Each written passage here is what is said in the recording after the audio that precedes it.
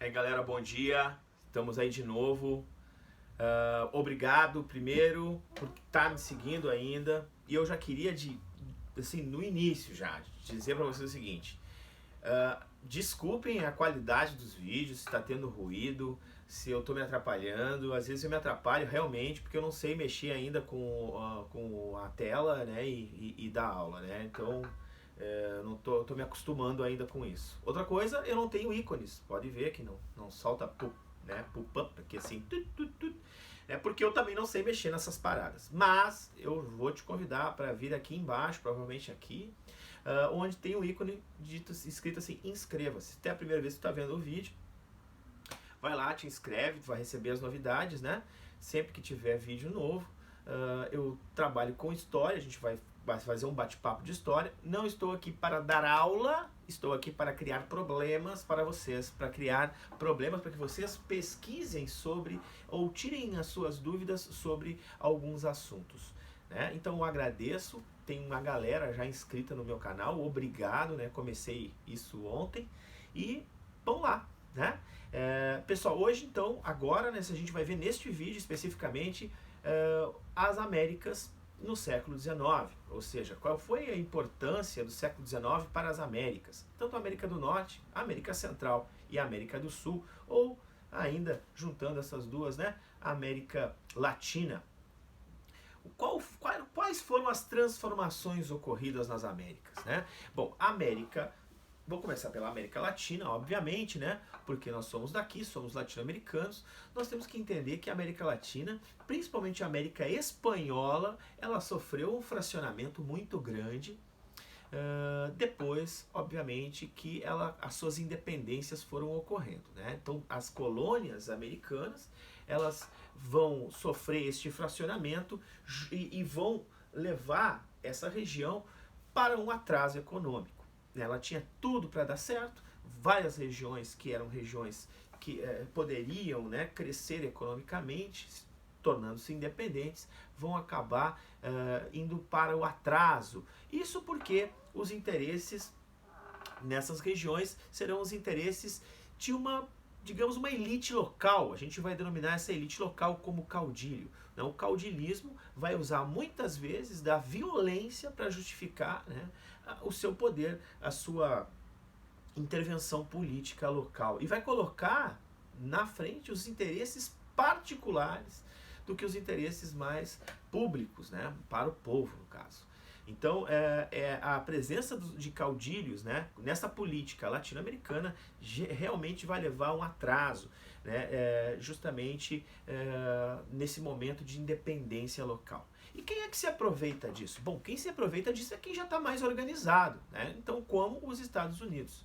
Né? Os Estados Unidos, então, vão aproveitar-se deste momento para estender, né, não a mão, mas um porrete muito grande para a América Latina, chamado de Big Stick.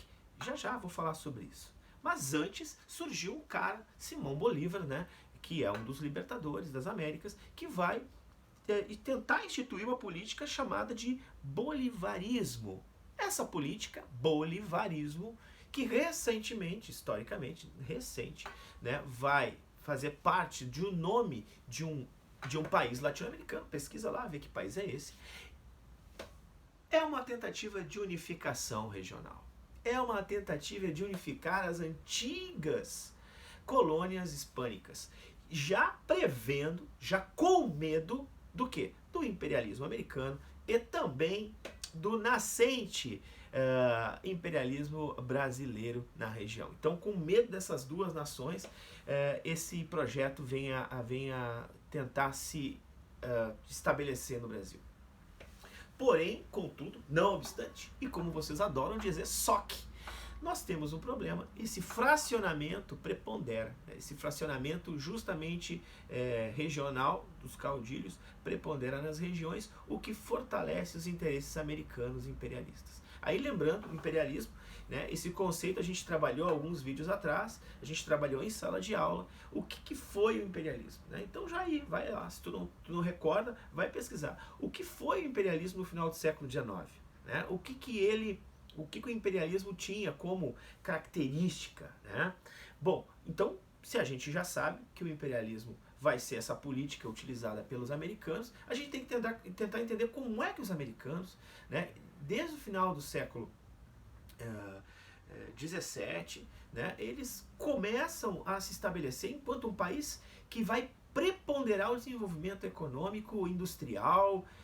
Como é que eles conseguem isso? Né? Como é que isso ocorre nos Estados Unidos a partir das 13 colônias? Né? O processo de independência americana, a guerra de secessão. Então são todas essas questões que tu vai ter que retomar.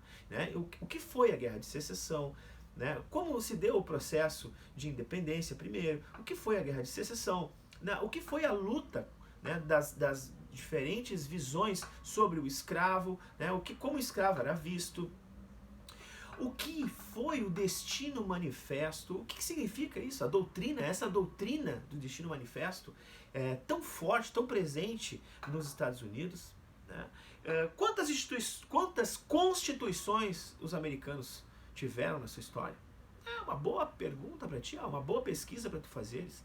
Então tu vai, a partir daí, tu vai vendo que os Estados Unidos vai começar a se desenvolver para o oeste. Muito bem, amigos. Faroeste. Né? E essa política para o oeste é uma política que não visa o humano.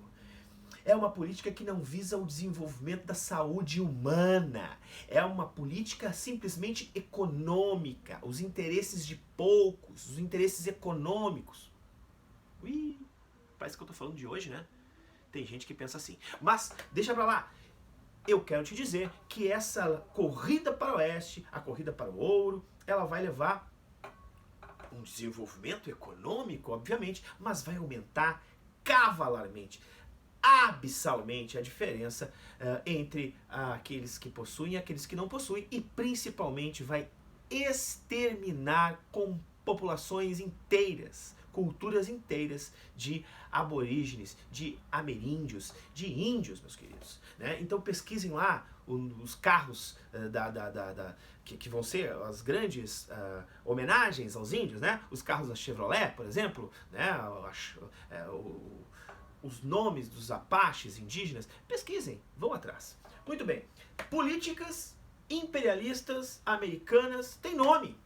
E esse nome, então, essa guinada para a América vai se chamar de Big Stick, mas, mais do que isso, a política vai se chamar política de diplomacia do dólar. O que é a diplomacia do dólar? É a tentativa, pensa bem, olha o que os caras pensavam, a tentativa de impor que esta moeda fosse a moeda padrão para a América. Isso é impossível de pensar isso, né? É impossível de pensar isso. Porque, afinal de contas, o dólar não significa nada para a nossa economia. Não, meus queridos, o dólar está aqui, ó, cincão.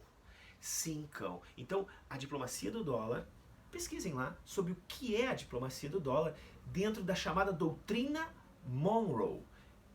What the hell, doutrina Monroe? Doutrina Monroe é uma doutrina econômica e com características de dominação local que tu vais pesquisar. Além da Monroe, tem a doutrina Mahan. Essa é nova! Muito bem, doutrina Mahan, que tem a ver com o quê? Com a dominação dos mares. Então, vejam bem, com a guinada para o oeste, os americanos vão chegar onde? No OP. Pra quem é da década de 80, hein? Marquinha OP, tá ligado? OP, Ocean Pacific. E eles já tinham a costa do Atlântico, agora com a costa do Pacífico, os caras atingem tanto o Oriente quanto o Ocidente de maneira muito rápida. Mais do que isso, eles vão criar laços econômicos com o país, meus queridos. Só um pouquinho.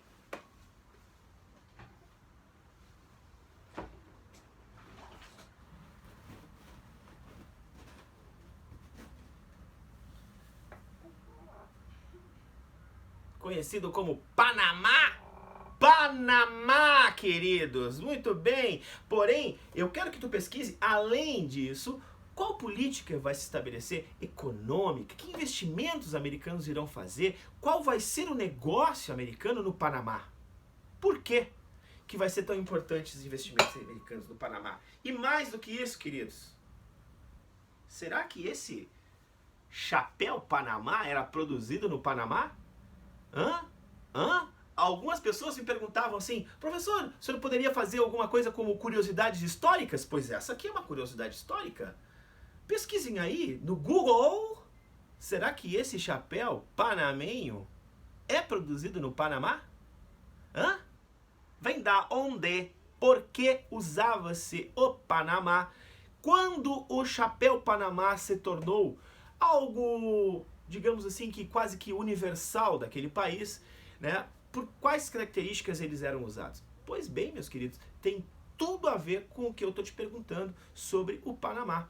Então vai lá, pesquisa essa hegemonia da América Latina, dos Estados Unidos sobre a América Latina em termos econômicos, certo? Então por hoje é mais ou menos isso, né? Nesse vídeo eu queria trazer para vocês algumas questões, levantar algumas questões importantes sobre a América Latina e o imperialismo estadunidense. Não esqueçam, este capítulo não foi fichado ainda. Muito bem! Então, para o nosso início de aula, já mandei lá, tá lá na Iônica, o fichamento, uma folhinha de fichamento para quem não tem ainda, né? Então, se tu já tem a folhinha, ótimo! Vai lá e ficha o capítulo 23, porque eu vou te cobrar ele quando nós retornarmos. Estão lá também as atividades, né? O nosso planejamento de aula. Espero que eu tenha te ajudado. Não te esqueça de inscrever-se aqui, divulgue o vídeo e a gente se vê na semana que vem, né? Com tudo de bom para todo mundo, que a gente lave as mãos bem lavadas, não saia de casa, apesar da gente estar assim cansado, né? Então faça alguma coisa para sua mente, um exercício em casa, físico, né? Pulem, dancem, escutem. Dica! Pearl Jam, uma banda que eu adoro, tá ali, ó. Tava escutando na TV. Pearl Jam lançou um disco novo. Vai lá, vale a pena. É um rock and roll da boa. Galera, tenham um excelente fim de semana. Um beijão, tudo de bom pra vocês. Aloha!